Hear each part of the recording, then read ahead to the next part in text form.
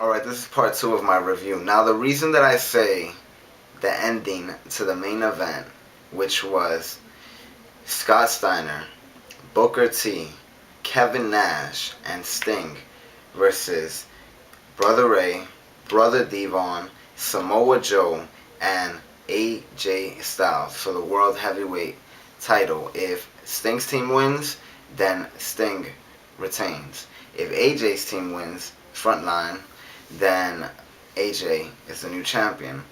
This match had it all. I mean, I really want old school wrestling fans that are not into this new generation or not into TNA to see this match.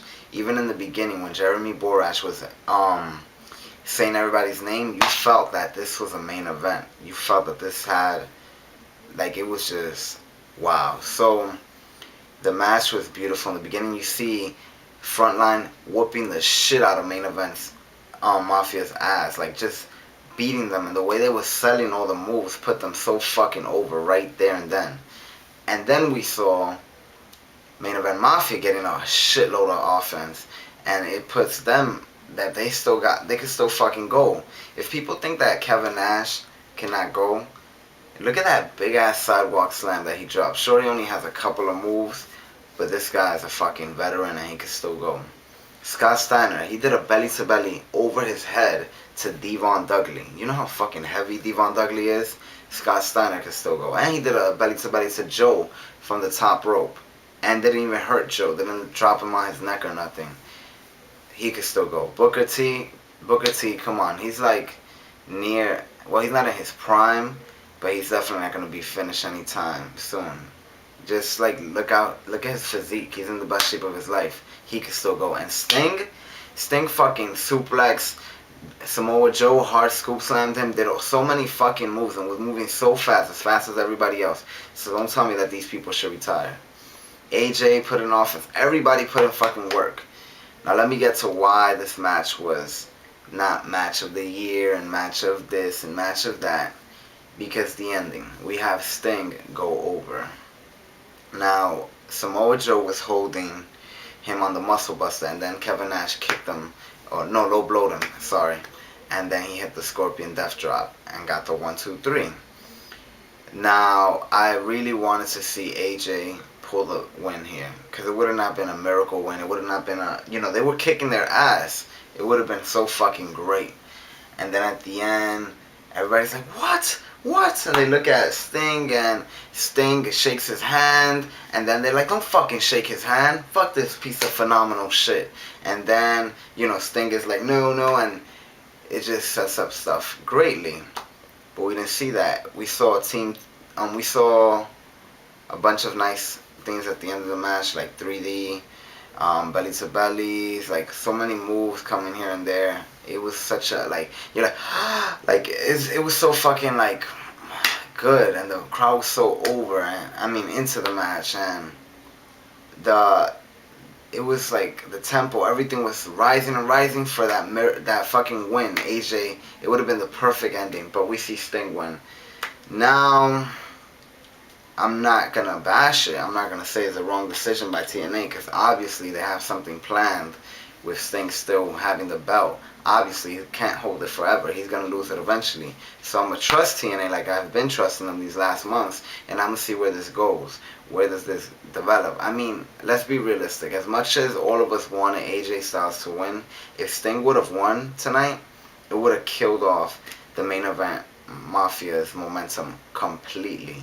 Why would we want to watch main event Mafia next month if all they got is the Legends title, and that's basically a belt that was made up a couple of weeks ago? So as much as I wanted AJ to win, and it would have made the match, it would have put the cherry on the top to a fucking great pay-per-view and a fucking great main event with so much fucking star power, new talent, everything.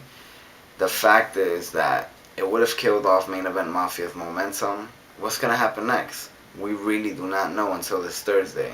Tuesday for some of y'all that read the spoilers, you evil people, because I don't like spoilers. I like to pretend it's live, even though it's not. So we really don't know where it's going to go now. So basically, to wrap things up, Final Resolution was a great fucking pay-per-view. Buy the DVD, order the pay-per-view, catch the stream, whatever you gotta do, whatever you fucking have to do to see it. In my opinion, it was a great pay-per-view.